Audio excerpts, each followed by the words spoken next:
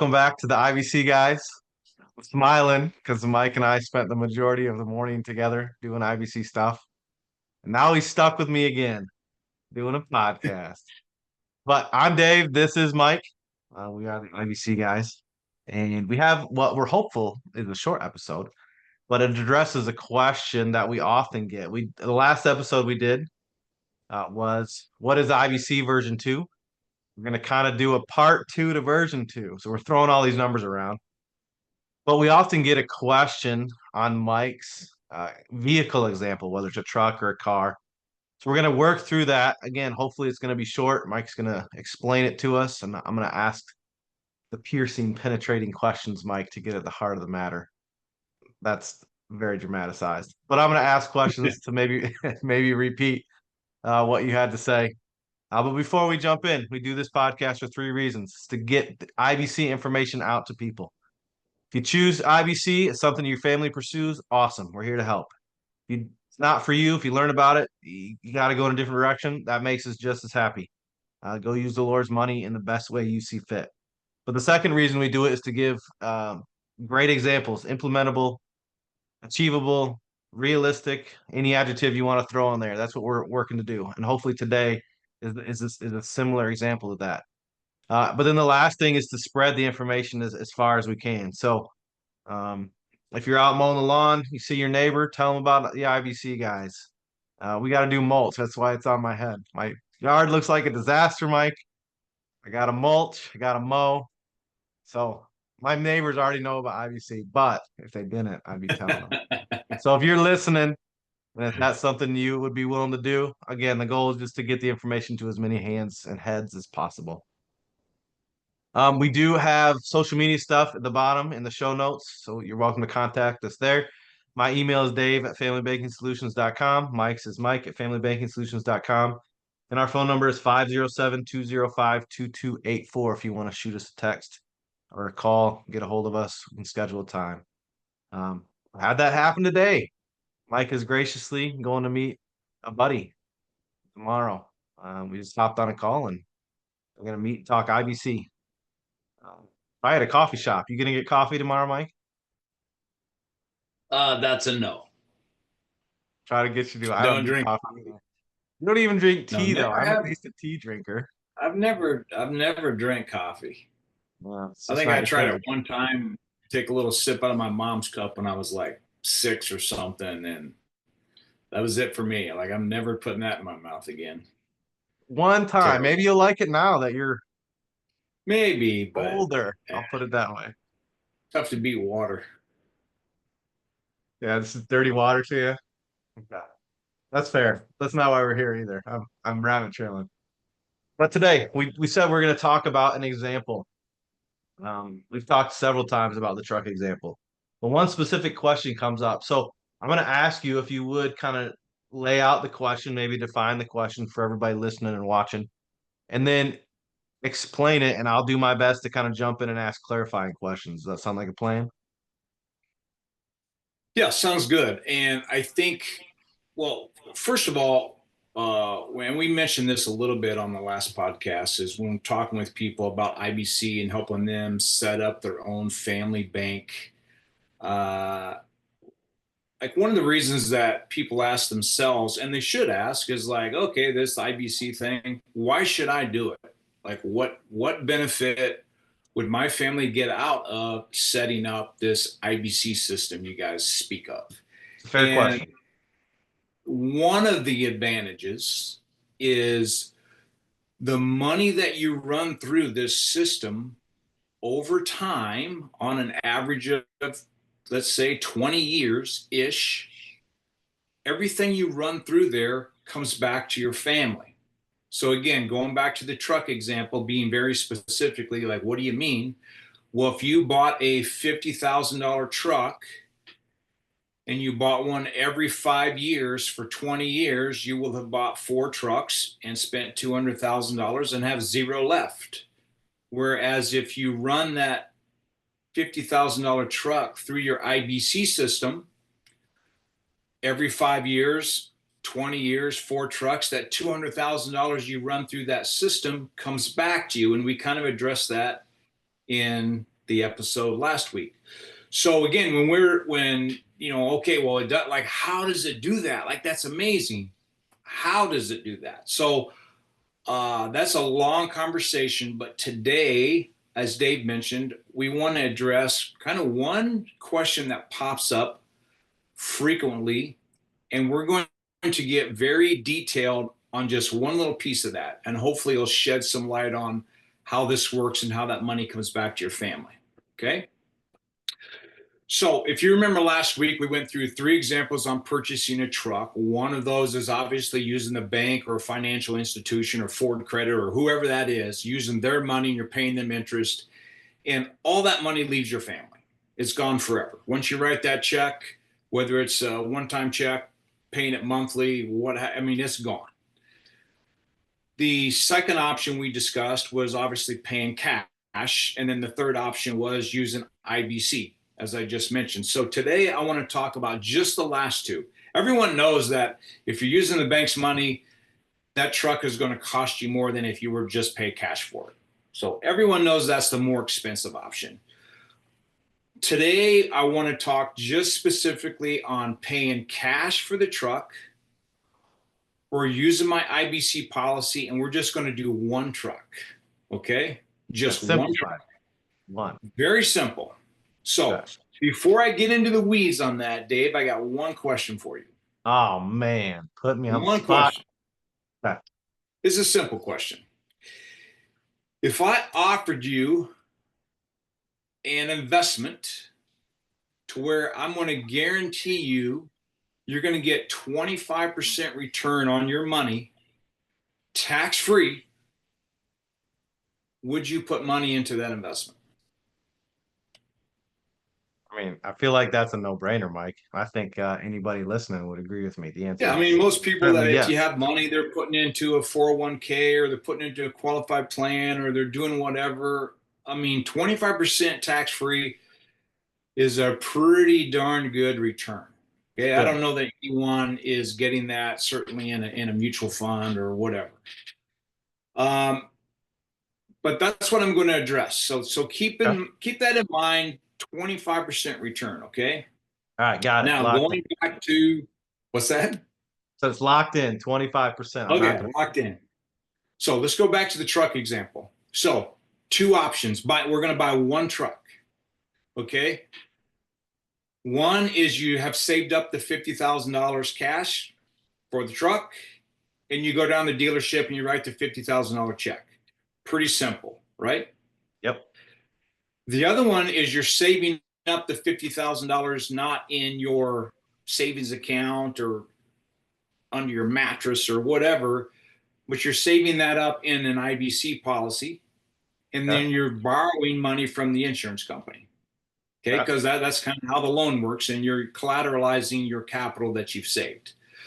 So with that example, you've saved up the money, the $50,000, but yet you take a loan from yourself, quote unquote, but it's actually from the insurance company. But the insurance company charges you interest, typically 4%, and that's what we discussed last week. So if you amortize a $50,000 truck over 5 years, 60 months at 4%, you're going to pay $55,250 over 5 years. So the question becomes, Mike, if I save up $50,000 and pay cash, the truck cost me $50,000. Mm-hmm. But if I borrow the money from my insurance company against the collateral I have in my policy, that truck cost me $55,250.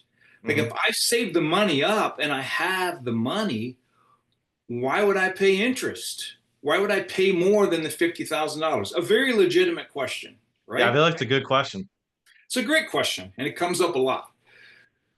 So here's what happens is the money that you have in your policy, that yes, it's $50,000, but there's a guaranteed internal rate of return. There's a dividend because it's a mutual company, et cetera, et cetera. That money is going to grow over time. And over time, just using the 4%, in 5 years, that $50,000 is going to grow to $60,000, $10,833. So it's going to grow by $10,833.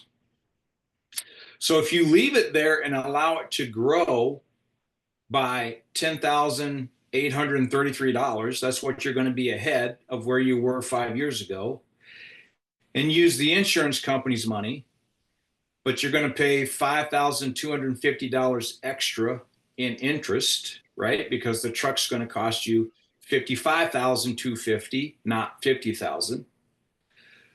The $5,250 that you spend extra turns into the $10,833. So if you look on year by year, whereas let's say a $50,000 truck is going to cost you $10,000 a year, you're saving.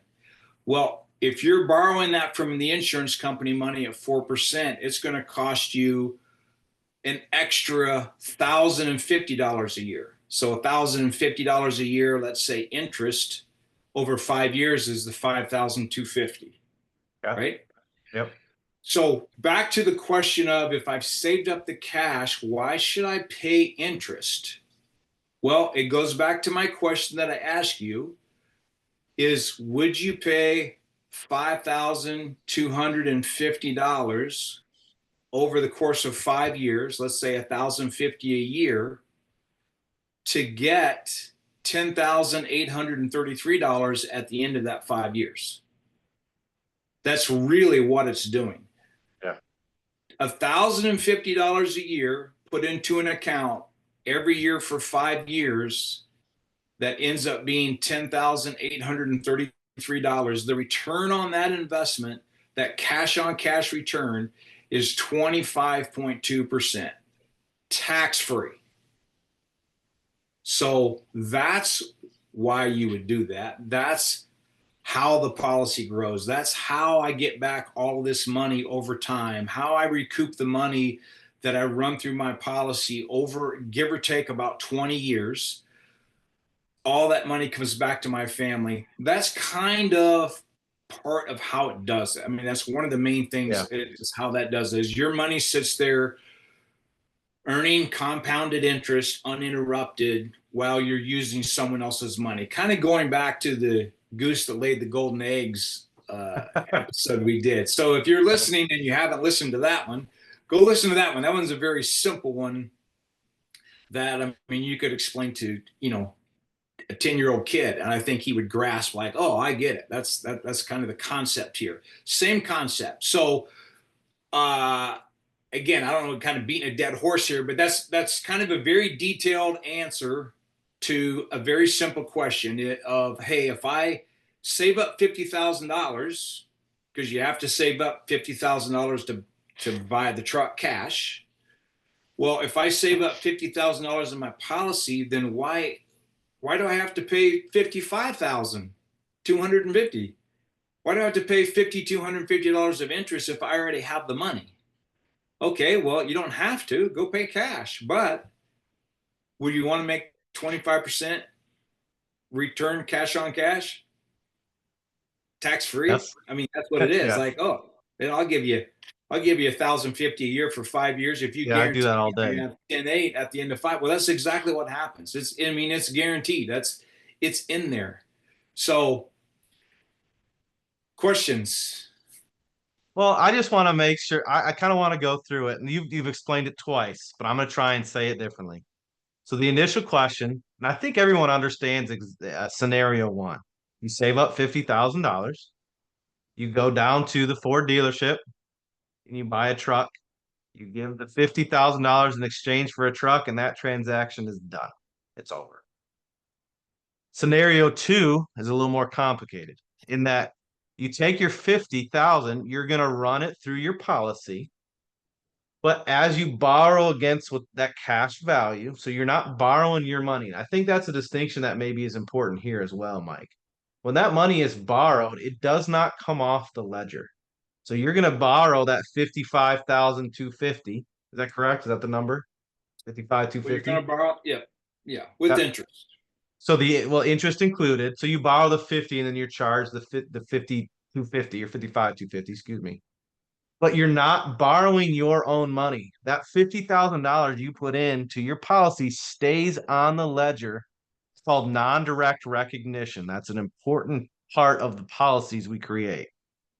But it stays in the ledger making dividends and interest. And to Mike's point, even though you're paying that 4%, that extra money, because that money is staying on the ledger, the money you're making is growing faster than any money you're borrowing in terms. Now that's not you got to pay it back. That's one of the caveats each year that $10,000 is paid back. So that takes some of the loan interest off of that as you go. But to Mike's point, in this scenario, if you do those things, your money is growing faster than any interest you're being charged. And one other component to this, Mike, is the next year you go on to vehicle two, you're not talking $50,000 in the ledger. You're talking $100,000 in the ledger, making dividends and interest. It's going to grow even, it's going to hockey stick even faster. You continue to, borrow it and then pay it back, pay yourself back, which is the whole premise of IBC. You're going to be making money even though you're borrowing against your cash value. So that's the whole idea of having that money return back to your family. And just to go back to your example, over the course of 20 years, as that continues to happen, the money you have spent on cars is going to be back in your account for exactly that reason. Am I saying that correctly, Mike? Kind of, sort of. Actually, when you said 100,000, so what happens is after 5 years, your 50,000 grows to 60,833, and then you've paid back the insurance company. Well, in the second truck, now you're starting that second truck, years say 6 through 10, at 60,833, which grows to 74,000 at 4%, not 50,000. And then, the third truck, through years 15, it grows to 90,000. And then by the end of that 20 years, it grows to, 109,000. So your 50,000 that's sitting there, you're kind of using the same money over and over again. But that second truck, you said 100, and that's where I'm like, what?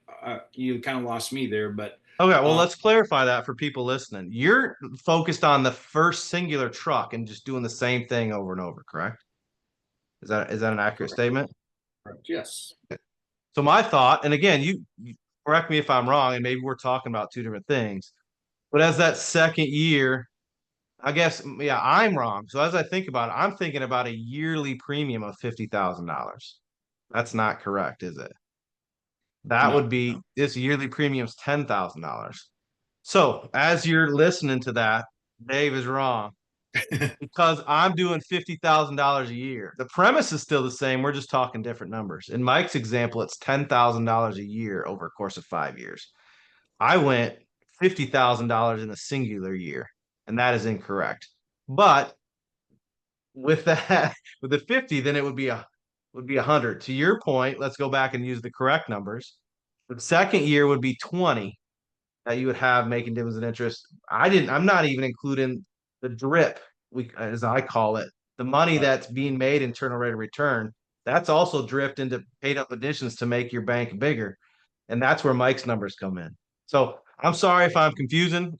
We've been doing this for a long time, and we often have to clarify what each other is saying. So you get a real Well, life that's example. that's good, because I mean, I'm sure there's other people out there, thinking maybe the same thing. So it's good to throw out there, like, hey, wait a minute, explain that a little further in detail.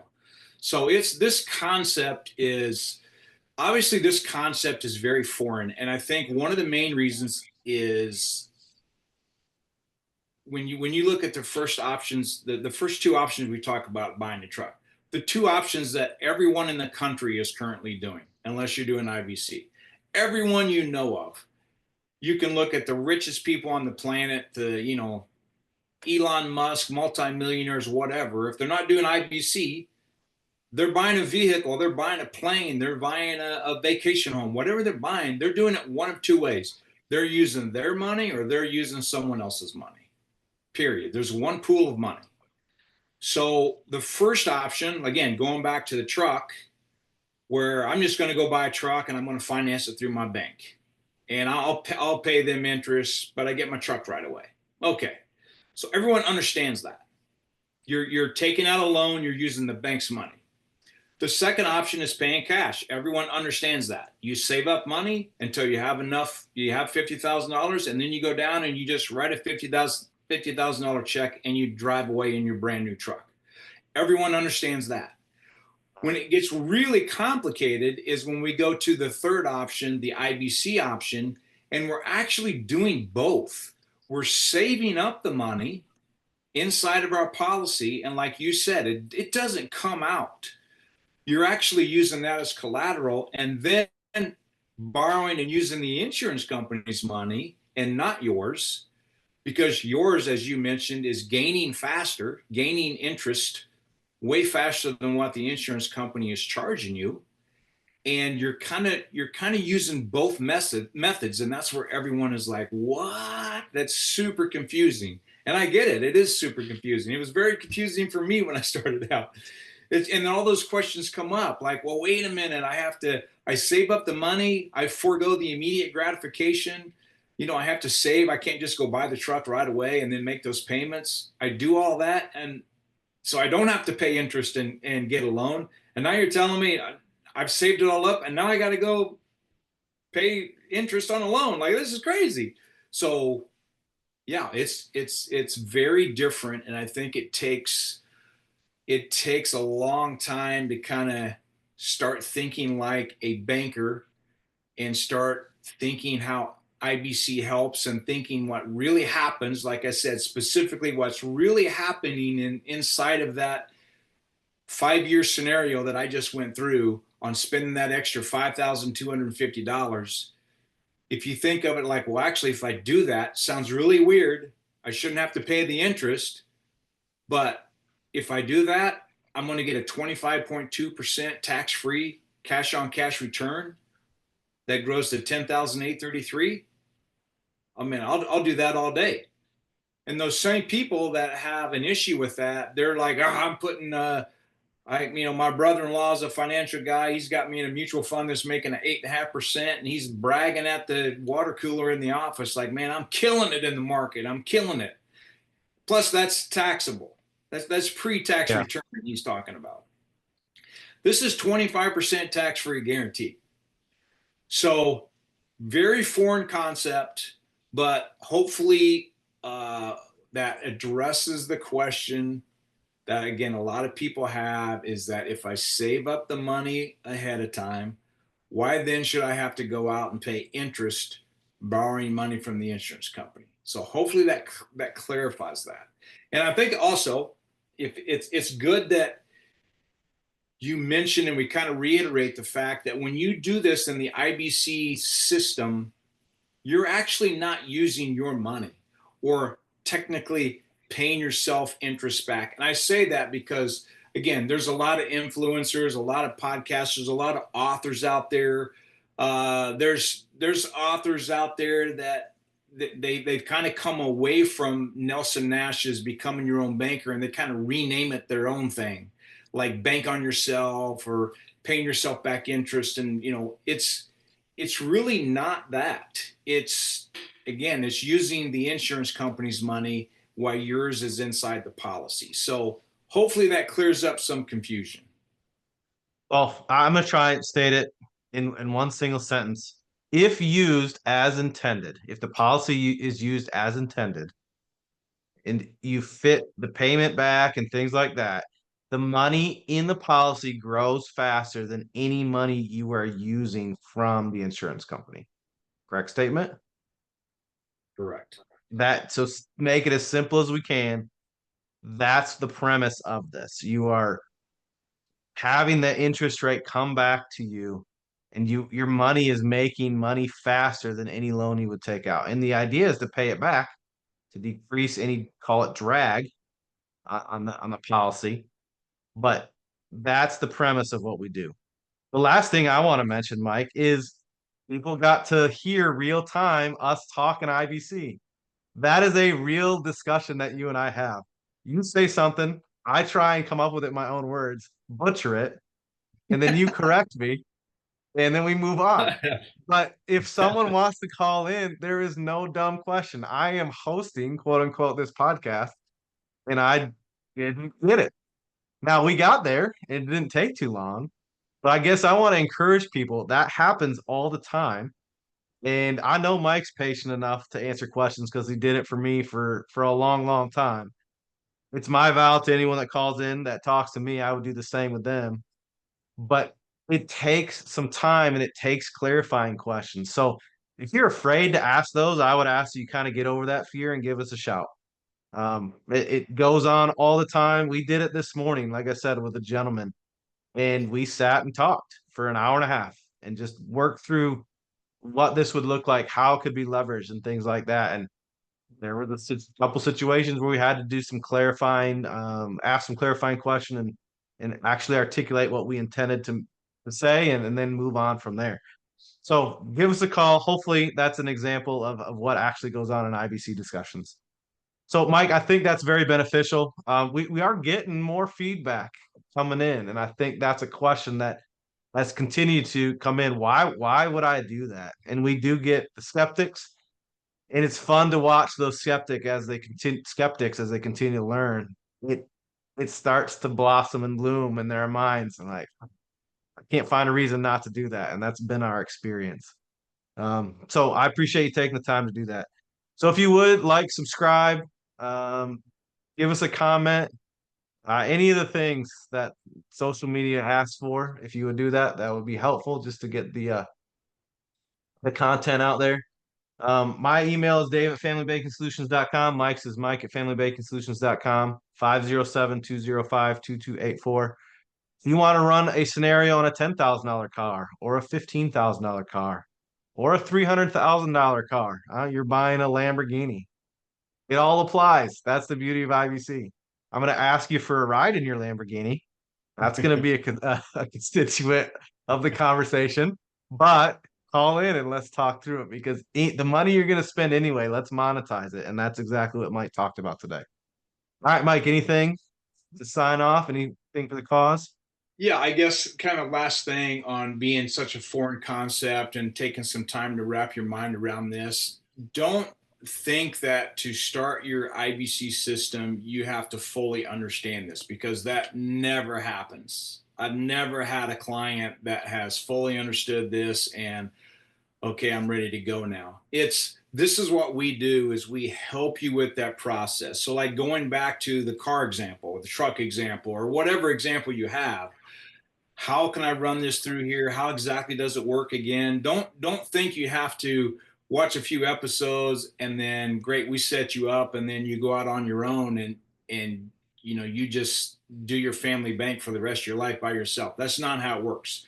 I think I've said before, 90+% of what I do on a daily basis is dealing with clients that already have a policy or a system of policies and they have I call it a problem and need us, the problem being like, maybe I want to buy a lake home or buy a boat or buy a car or finance a wedding or whatever it is. There's a need there. There's a problem and we need to figure out a solution or the best way to tackle that. And that's what we do. So don't think that, you got to go out on your own here to, learn everything about this process, get it 100% and go do it on your own because that never happens. That's what we do is we help you with that process and that's what we enjoy the most. Yeah, to quantify that, getting the policy is like 5% of the journey. And sadly, that's often the length of the relationship between an agent and the client. That is not what we're here to do. But 95% is what's important. The legacy building, the running money you're going to spend through your policy, that's why we exist. That's why we're here. So we even, again, did it this morning. This gentleman we Well, I talked with think it's has policies. probably good to point out that the individual that we spoke with this morning already has an IBC policy, has two of them actually, and not from Dave or myself, from someone else that I don't even know. Sadly, he doesn't really know them very well. And the agent set them up on a policy and then kind of like he hasn't heard from him. Yeah, I So don't now think they've ever he's got spoken. questions that, hey, I want to utilize my banking policy, but I don't know how to do it. So again, that's what we love doing. We make zero off of helping this guy, but we're helping this guy because that's just what we do. So that's probably a good example of kind of really what our agency is all about, is helping people use their policy for their family bank. Mike Stevens, you're a nice guy. I don't know if I've ever told you that before. Whatever. I like getting that reaction out of you. I do think that's true, but sadly, we can't talk about that anymore because our episode is ending. I know that makes you Well, real I think sad. it's important that people know that this isn't about a product. This is about a process. That It's is about well a stated. mindset. It's about a journey. It's not about, you buy a house from a realtor. Hey, thank you very much. The realtor sold you the house and then he's gone. I mean, unless you don't buy a house in the next 20 years, you're never going to see that guy again. That is not what this is. This is a process where we help you every step of the way. Again, I have clients that are, I've had for 8, 10 years. And I mean, I talk with them, several times throughout the year because we're constantly doing things, buying things, banking, changing things, because life is always changing. So that's what we do. Do you think that's a great point to add in there? Life is changing. So when this is set up, it may not be the same needs 5 years down the road, but IBC fits into those things, and we're here to help navigate those twists and turns, if you want to call it that. All right, Mike, thanks for jumping on, giving us that explanation. If you're listening, thanks for joining us as well. We'll hope to see you on the next episode.